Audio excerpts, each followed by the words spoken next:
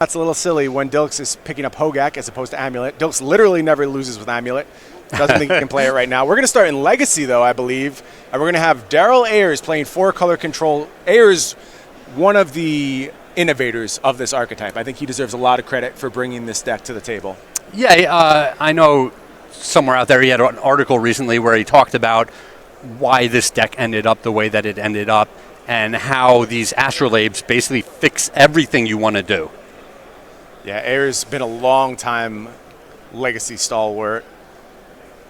He's going to be taking on Salvatore, who's playing Bomberman. And this is another deck that has gained a little bit of momentum in the format as of late. An explosive 4-card start from Salvatore. Unfortunately, there's 2 baubles in there, both Urza's and Mishra's bauble. But they're going to enable that Mox Opal. And alongside a Cavern of Souls named Inhuman, that's going to put Chalice of the Void on 1 onto the battlefield. And this is what you want to do, right? You show up with your Chalice of the Void. You want to get it into play for 1 on turn 1 as many times as possible. Absolutely. And Ayers doesn't want that to happen, is going to burn a Force of Will, pitching a Brainstorm to keep Chalice of the Void off the battlefield.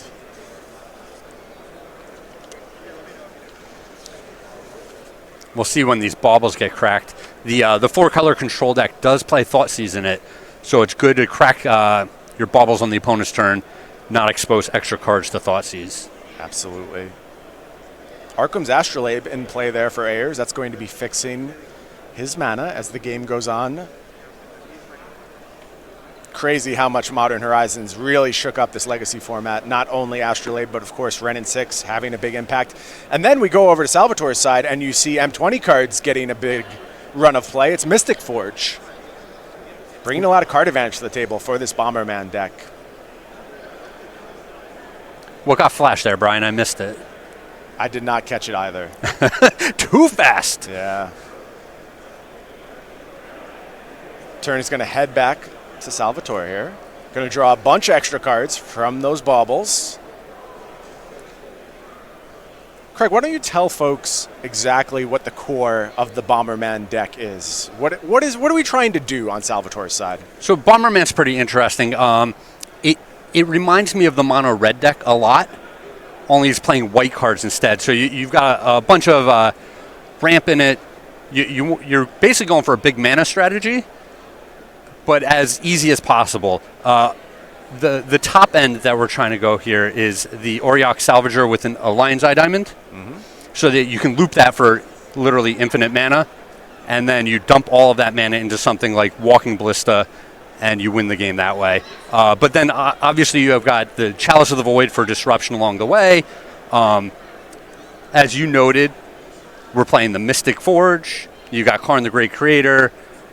A lot of stuff going on there. Yeah, both those cards, very dramatic new adds to this archetype.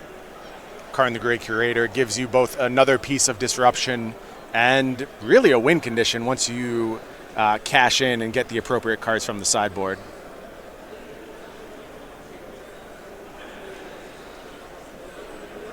It is interesting, this particular Karn board, you're not going to see Mycosynth Lattice. It's just getting Ensnaring Bridge, Wormcoil Engine, or Lion's Eye Diamond, Walking Ballista, Tormod's Crypt. Basically just looking to get that combo online as quickly as possible. Yeah, the Lattice is particularly expensive, right? In this type of format. Right. A lot of your mana comes from LED, the Lion's Eye Diamond, and you don't have a hand when that happens.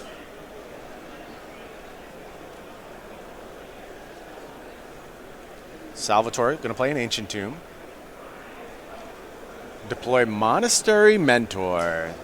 Boy, that's nice with a lot of 0 mana cards in your deck, huh? Yeah, so the Monastery Mentor is the big curveball that comes out of this deck, where you want to fight them on a very controlling axis, and sometimes they just go turn 1 or 2 Mentor, make a whole bunch of guys, and they just beat you down with it. Yeah, absolutely. It's very good at forcing you to respond in multiple ways. There's the infinite combo pressure, there's the Planeswalker pressure of Karn, there's the ability to lock you under Chalice, and then here's just a potential aggro plan from Monastery Mentor and just whatever 0 mana artifacts you may have laying around. This can get the job done real quick for Salvatore.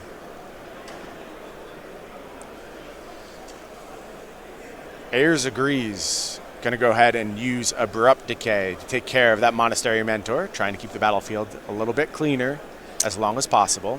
Yeah, and Ayers, his deck is set up pretty well for this type of matchup. He does have 2 main deck Plague Engineers, which are super interesting and obviously great at countering, a whole bunch of prowess creatures. Monks, right? They are monks. And there you see Brian Koval, Invitational Champion. His token was a monk. Mystic Forge has entered the battlefield. Yeah, this card might be a problem. We see that Ayers has this kind of slower, clunky start. Not a whole lot that he's working with right now. Obviously not pressuring the opponent at all. And this Mystic Forge could get out of control if it's not destroyed real quick. Absolutely. As we mentioned, an incredible source of card advantage. The colorless experimental frenzy, I've heard it referred to. There you see Mystic Forge, 4 colorless mana. Look at the top card of your library anytime. You may cast the top card of your library if it's an artifact card or a colorless non-land card. Tap, pay 1 life, exile the top card of your library. Powerful stuff from Mystic Forge.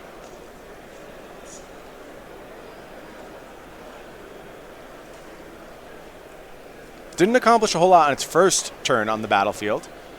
No, it didn't, but the setup is all there where he has an LED for tons of mana. So if he gets the right card on top of his library, he could potentially just win next turn. Absolutely. Here's the Thoughtseize from Ayers. That's going to take 1 of Salvatore's 2 copies of Karn, the Great Creator. As we mentioned, things look very promising for Dan's next turn here. Ayers going to go ahead and cast Ponder.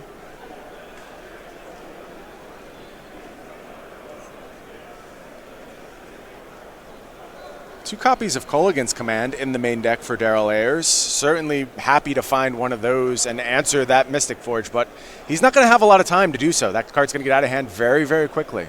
Yeah, Ayers needs another mana source real bad here. Finds one. Yeah, fortunately he has it.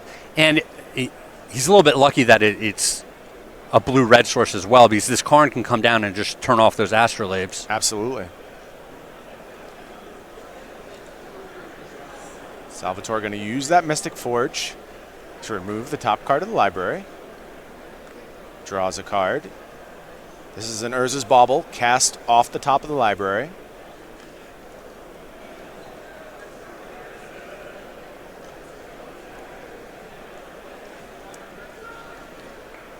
Salvatore taps 4 mana,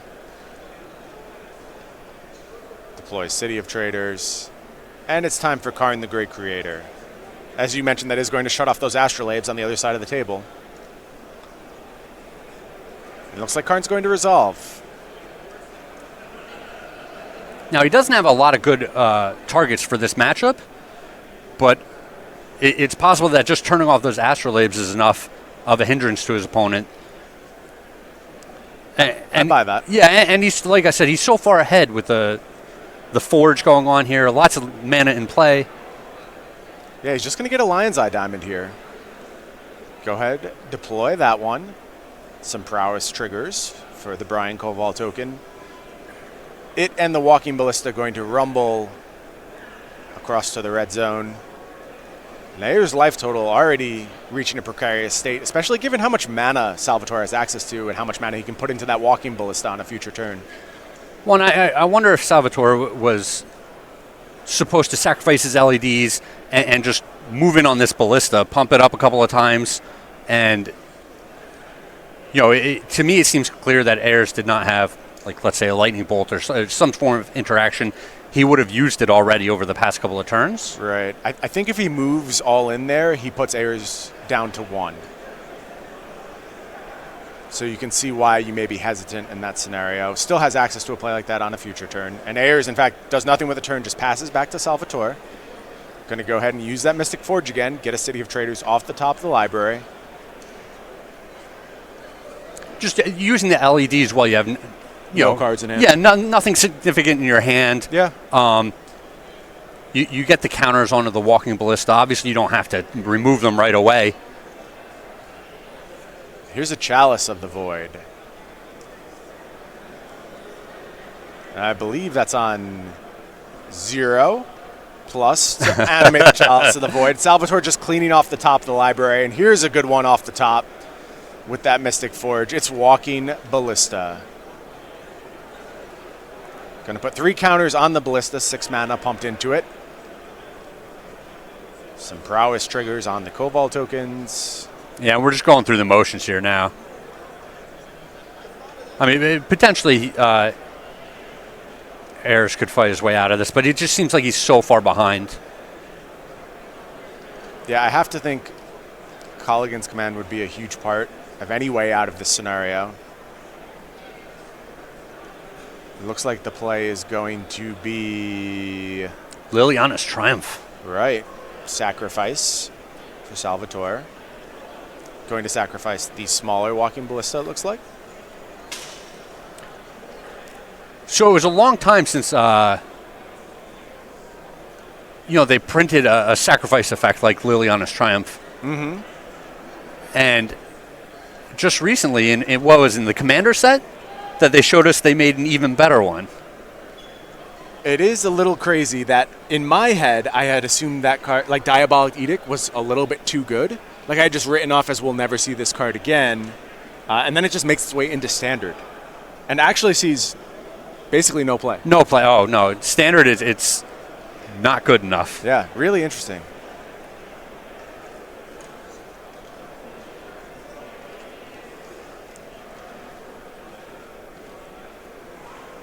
Looks like Salvatore has cracked some LEDs, looking to put some mana into this Walking Ballista.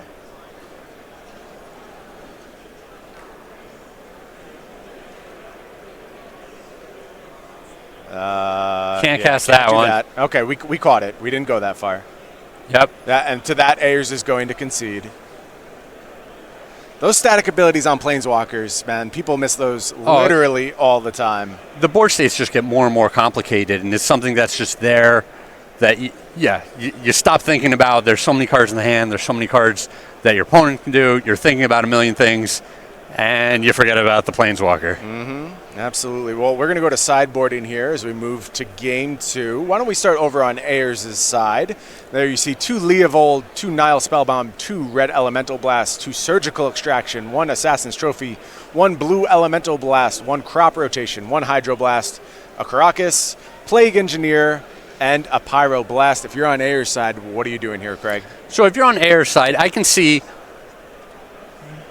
wanting to make sure that you don't get infinite looped. So a lot of these artifacts that interact with the graveyard, the Nile Spellbomb seems great, the Surgical Extraction seems fine. I would see the Assassin's Trophy coming in. I could see the other Plague Engineer coming in as a safety net against a bunch of monks. That makes sense to me. Meanwhile, over on Salvatore's side, we are looking at 1 Ensnaring Bridge, 1 Worm Coil Engine, 1 Lion's Eye Diamond, 1 Walking Ballista, 1 Tormod's Crypt, 2 Disenchant, 3 Swords to Plowshares, and 3 Containment Priests. What do you like if you're over on Salvatore's side? So I can't see a lot of changes happening here. This matchup against this very controlling deck just doesn't lend itself to any of these cards. Obviously, you don't want the Swords to Plowshares, you don't want the Containment Priest, all of the artifacts you want sitting around in your sideboard for Karn to go and grab at the right time. So I can see him not making any changes potentially. Yeah, it's an interesting spot for Salvatore. I mean, you don't think there's any value to Swords to Plowshares in this matchup? I mean, not a ton. With what he wants to do, with the cards that he would need to kill. You're right. Like Baleful Strix already gets cleaned up pretty easily by Walking Ballista. Plague Engineer is the point of concern I have, but I understand just thinking it's the targets are so slim that it's very difficult to bring in a large number of Swords to Plowshares. Sure, and the Plague Engineer is almost always going to hit the board after a Monastery Mentor hits the board, cleaning up all the monks right away. Right. And then the idea that you would kill the Plague Engineer and have a bunch of cards to rebuild a monk army just seems like a very corner case scenario to me. Right. No, that makes sense. I hear what you're saying. Well, we are going to take a moment now to acknowledge a unfortunately tragic topic. We lost a Magic player. Many of us, including myself, were close friends with. Alex Strand, unfortunately, passed away a little over a week ago now. someone I've known for over a decade. He was from my hometown. And we just want to take a moment to let everyone out there know, one, how much we're missing Alex. Two, there are resources available if you're having trouble. You can always reach out to the National Suicide Prevention Lifeline. There you see the phone number, 1-800-273-TALK. If you want to know more about this organization, you can go to www.suicidepreventionlifeline.org. I can't tell you how devastating it was over the past week to reckon with the loss of Alex. I don't want to see anyone else in our community lost to the tragedy that is suicide. I encourage you to seek out help. And if you are, like me, grieving the loss of Alex, I'm happy to talk about him. I've met so many people over the past couple of weeks who I had never spoken to before, and we've shared stories of Alex, and I think that's a common trend. He touched a lot of people in the community. Just wanted to take a moment to acknowledge you, Alex. We miss you, and resources are there if you need help, everyone. Bit of a somber note, but it would be... I don't want to pretend like Alex didn't exist. We have to acknowledge the situation. It's incredibly tragic, but resources are there. Help is available. I encourage you to seek them out. Yeah, it's so rough when we lose a member of our community. Absolutely, yeah. And Alex's reach was far and wide. He knew everyone in the Northeast because he lived in the Albany region. He knew everyone in the Southeast because he lived in Tampa for a while. He traveled everywhere for Grand Prix, SCGs. He just reached all across this community, and definitely feeling that sting right now. Are going to transition back into the action. You see Ayers led on a ponder. Just the plains on Salvatore's side. Yeah, how different is this game from our first one? Very different, yeah. Meanwhile, the team of Salvatore, Mark, and Young all up a game in the 3 matches. 4-color Urza versus Hogak, one of our other matches. Bant Scapeshift versus Bant Ramp going on in Standard. Yeah, it seems like this Urza deck in Modern has really stepped up to be one of the archetypes that can battle back against the Hogak deck. Here's one of those big new plays from Daryl Ayers. It's Renin 6, the 2-mana Planeswalker, outclassing Tybalt by quite a bit, immediately returning a land to Ayers' hand. It's a source of card advantage. It kills opposing creatures. It does basically everything for just 2 mana. Doesn't kill Monastery Mentor, though. Does not. It could take down a monk along the way. Mm-hmm. But also, to me, I think this is the dream if you're playing this 4-color control deck, right? Your opponent has a start where they put very little pressure on you. You get to set up your hand with the Ponder. You get to play the Ren 6, immediately get a card back. Mm-hmm. And now his mana is all online. Look at that mana base. Makes me laugh a little bit. Beautiful. Just as Garfield intended. Ayers is just going to plus.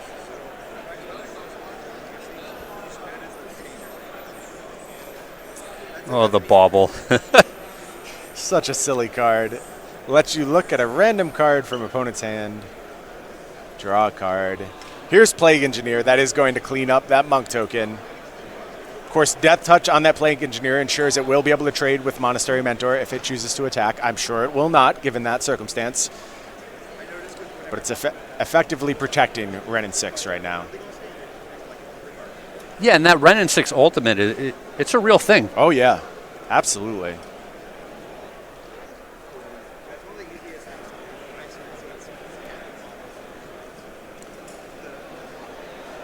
Now, this is a fantastic start for Ayers, but this Bomberman deck, like its namesake, can prove to be explosive out of nowhere. Only needs a single turn to win the game. Here comes Karn. That's going to be met with Force of Will from Ayers, pitching a Snapcaster Mage. And over on the left-hand side, you do see Renin 6, the freshest 2-mana Planeswalker on the planet. Sorry, Tybalt. It's unreal that they made this thing to me. Yeah. It's just so good. It is so good. So good. 2-mana recurring card advantage source. I mean, I think it's pushed entire archetypes out of the Legacy format. Death and Taxes is at a low point right now. You still see some players playing it. That's the way Legacy goes. Some people are hard-priced into their decks. But Renin 6 does a number on all those 1-toughness creatures. Well, and I think if Modern slows down at all, you know, we're going to get a band-restricted update in not too long. Right. And it's possible that Wrenn and 6 turns into a problem in Modern if that format slows down at all. I could certainly see that happening. Jund already very close to top tier, but Hogak squeezes out a lot of stuff. I would include Jund in that list. Honestly, to me, Hogak squeezes out everything. I think if you're not playing Hogak, you're mostly making a mistake. But I will say representation for the Hogak deck, lower than you would expect given how good it is. I think a lot of that is people anticipating a ban. I think that's part of it. I think part of it is people want to play what they want to play. Right. And if everyone thinks that Hogak's going to be the top deck, everyone's committing so many sideboard cards to beating Hogak, it's possible that there's an edge to be gained by showing up with something less expected. There's not, Craig. There's just not. It's like such a good deck. Here's the Ponder from Ayers. That's a fair response, I think. Yeah, some of the data that's come out around Hogak points it as one of the most dominant decks in history. Well, and it's stuck around longer, right? Like, when the Eldrazi deck was too good, it didn't stick around for so long. Right. Well, people thought the problem was effectively managed by the Bridge from Below ban. Not true. Meanwhile, here's a fatal push. Maybe some people thought that. From Ayers. Well, I thought it. I'm going to include myself in that group. I thought Bridge from Below would be enough to bring the deck down a peg. It was not. So you eliminated this turn 2, turn 3 wins from the deck where they just mill out the opponent for everything. Mm-hmm. But there are times when it still feels like the Hogak deck has won on turn 2 or 3. Even though the opponent isn't dead, they just have such an overwhelming advantage that, turns 4 or 5, the opponent is dead. Absolutely. Here's a Karn, the Great Creator, from Salvatore's side. Going to tap that Ancient Tomb and that City of Traders for 4 mana. This one's going to stick. And let's see what the grab is from the sideboard here. As we mentioned, it doesn't feel like the sideboard options are particularly explosive for Salvatore. Mostly has to content himself with getting a little value. Yeah, I wonder if it's just Walking Ballista here. It's reasonable. Play a 4-mana Walking Ballista on the next turn. There's also a chance that it's LED to set up for a future turn. Mm-hmm. We'll have to see what Salvatore likes here. It's going to be Walking Ballista. Yeah, to your point, Craig, I actually came to the conclusion that I believe the Bridge from Below ban made Hogak a better deck. I think not having to play Bridge from Below to keep up with the mirror allowed the deck to be better in most of its other matchups. Yeah, I mean, Satyr Wayfinder it's so funny that this 2-mana 1/1 is so good for the deck. It just smooths things out so much. Yeah. So Salvatore played a second Plains. That caused the City of Traders to head to the bin. Used that mana to play a 2-mana Walking Ballista. 1 counter on that Ballista right now. Yeah, I'm a little surprised to see the Walking Ballista on 1 with the Wrenn and 6 there to just take care of it at any second. But it's possible that Dan is saying, hey, I just need to distract this thing. I can't let it get to the ultimate range. Yeah, maybe just buying a little time, looking to set up infinite combo turn in the future. It's hard to say exactly what Dan was looking to achieve there without knowing the exact contents of his hand. And if Ayers has Wasteland now with the Wrenn and 6, which is... there you go. This is the part where the game just gets super tough for the opponent. All right. Is going to plus Wrenn and 6 to return a fetch land on this turn. Ayers not going to use Wasteland here. Which tells you he probably just wants to hardcast Force of Will, right? Like he has 5 mana up. Yeah. Like this is, if I'm sitting on the other side, just the alarm bells are going off. Absolutely. But also I think Dan is in such a tough spot here that he has to just kind of plow through it. Here's another Karn minus. Salvatore going back to that same set of cards, looking for a little bit of help. It's going to be Worm Coil Engine this time. That's an interesting one. Do we have another 2-mana land in hand? Oh, we do. How about a Lotus Petal? And here comes Worm Coil Engine. Yeah, looks like we may have paid 7 here. Yeah, I'm not sure what happened there. It's possible that he forgot that he had double soul land. It is possible. But regardless, the end result is Worm Coil Engine, as you mentioned, Craig, though. Force of Will in hand for Ayers, ready to hard cast that one. Good thing. I don't think many Legacy decks are equipped to beat Worm Coil Engine. Plague Engineer is going to go ahead and attack down the Karn, and you see a double Wasteland turn for Ayers, taking care of both Soul Lands. Follow up just Urza's Bauble from Salvatore. Another plus, Renin 6, another Wasteland. How about Jace the Mind Sculptor? This is getting out of control very quickly. Yeah, this is the point. Like, hey, I've had my Planeswalker, my 2-mana Planeswalker in play since turn 2. I've countered everything you've done. I've got my Plague Engineer as the safety net. Obviously, the control deck looks great here, right? Yeah, look at what this control deck is capable of doing. How many types of permanents it can answer now. How many different strategies it can account for. You can see why this deck has garnered so much success recently. Yeah, looking at the deck, you have a smattering of different answers, and then you just have so much card draw and deck manipulation. When you're looking at the Ponders, the Brainstorms, Big Jace, the Baleful Strix that likes the cantrip.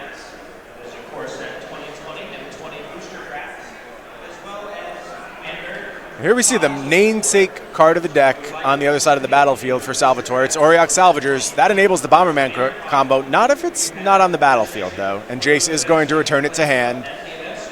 Ayers continues to work on those lands, gets a Renin 6 emblem. Yeah, now it's just over. Yeah, all those spells in graveyard with Retrace. There you see Auriok Salvagers, return target artifact card with converted mana cost 1 or less from your graveyard to your hand.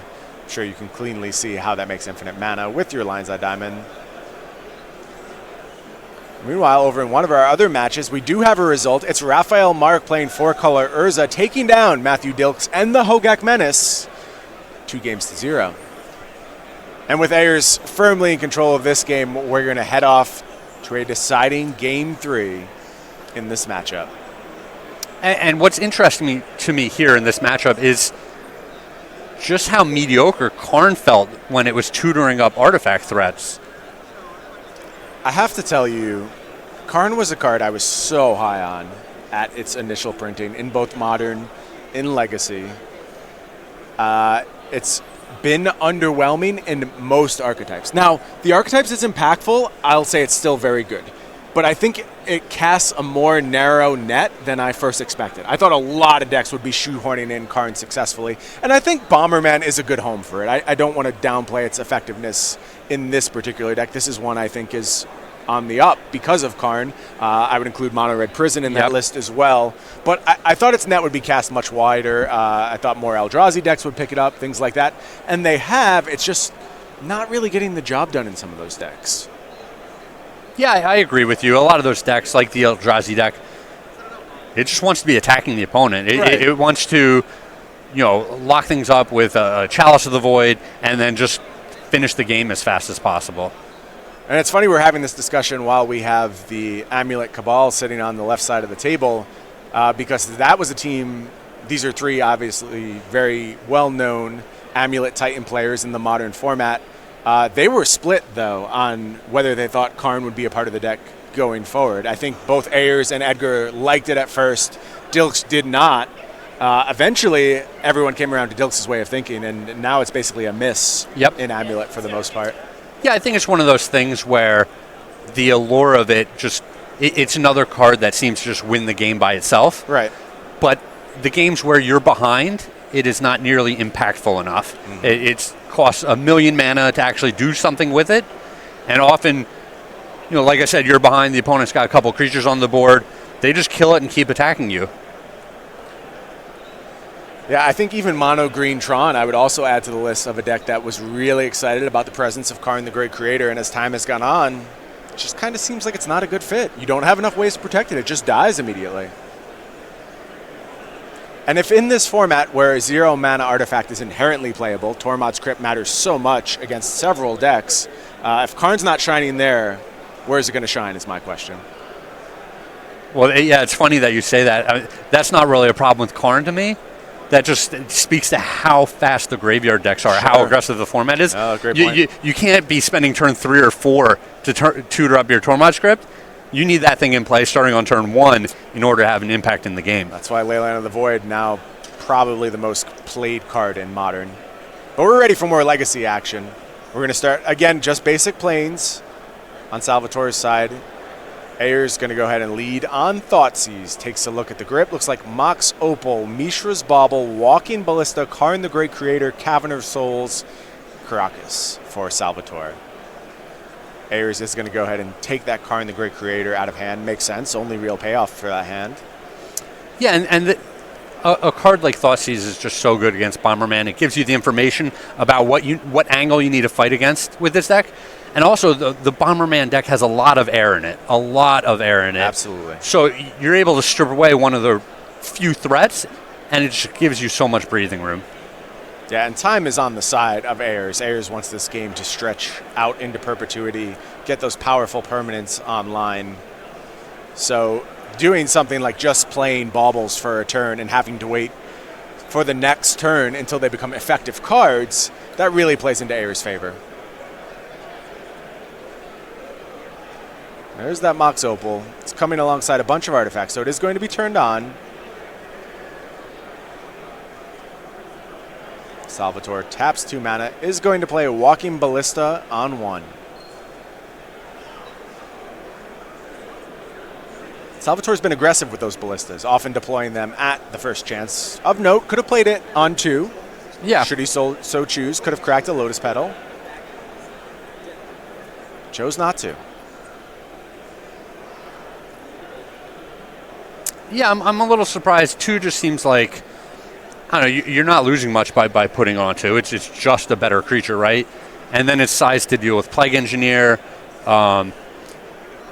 You put it on 2 now, you can pump it to 3 the next turn. You could potentially attack a Renin 6 and then ping it down. Still have your Walking Ballista on the board. Maybe concerned about losing access to the mana from Mox Opal was Salvatore. I think that's a potential reason. Sure. He also, if he doesn't know his opponent's deck very well, he could be trying to play around Daze a lot of this time. Okay. I think that's a reasonable assumption. Here's a nice play from Salvatore. It's going to be Mystic Forge. And that's going to immediately provide some card advantage in the form of Lion's Eye Diamond, which just enters the battlefield from the top of the library. And this is potentially a problem card. It makes me say, what is in Daryl's hand over there? You know, maybe he's got a bunch of Colgan's commands or something, so he feels okay. Yeah. But this is the type of hand. I just can't imagine that he wouldn't force of will that card if he could. Which tells me that Ayers kept a hand that, potentially just dies some amount of the time.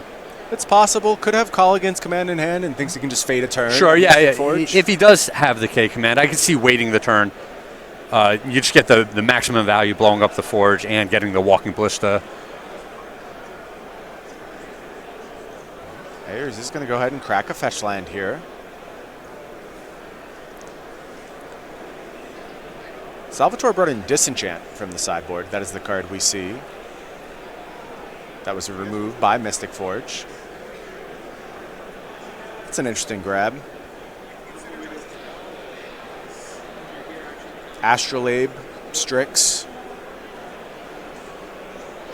Yeah, it's possible that he's worried about a Leyline of the Void or something like that out of the opponent's deck.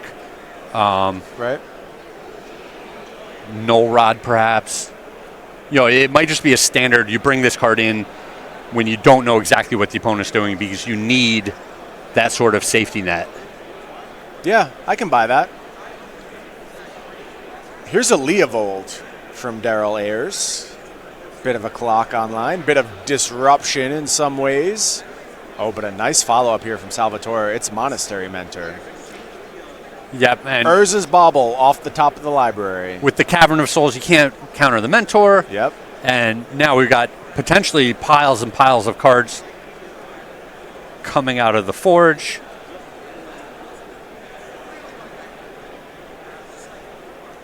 Mystic Forge, such an important pickup for this deck. That's a card that's qualities are only beginning to be explored. Seeing vintage play, widespread vintage play at this point.